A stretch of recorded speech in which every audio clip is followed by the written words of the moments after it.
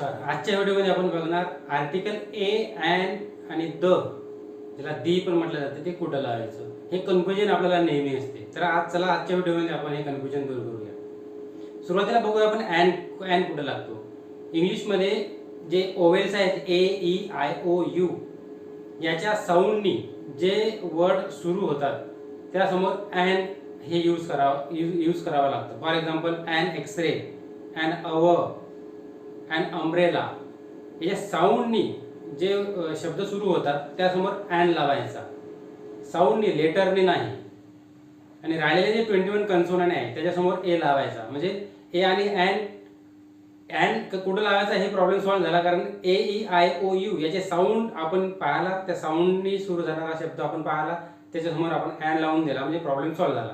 त्याच्यानंतर ए हे जे कन्सोनंट साऊंडनी सुरू होतात त्यासमोर ए लावायचा. आणि ए आणि अँड केव्हा लावायचा? ज्यावेळेला एखादी गोष्ट फिक्स नसते किंवा स्पेसिफिक नसते त्यावेळेला ए आणि अँड लावायचा. म्हणजे किती इझी आहे बघा. तुम्ही जर साऊंड जर ओळखला गेला आणि साऊंड जर ओवेलने जर सुरू झाला असेल तर अँड लावायचा, अदरवाईज कन्सोनंटने सुरू झाला असेल तर ए लावायचा. आणि त्यामध्ये पाहायचं की कोणती काही स्पेसिफिक किंवा फिक्स गोष्टीचा त्याच्यामध्ये उल्लेख केलेला नाही आहे. आणि on the other hand the कुठं लावायचा? तर जी गोष्ट फिक्स आहे, पर्टिक्युलर आहे किंवा स्पेसिफिक आहे त्या ठिकाणी आपल्याला द लावायचं आहे. जसं दी एंड स्पेसिफिक आहे, ते म्हणजे जिथे फिक्स आहे तिथे द लावायचा. अँड कुठे लावायचा? तर ए ई आय ओ यू या साऊंडनी जर शब्द सुरू झाला असेल तर अँड लावायचा.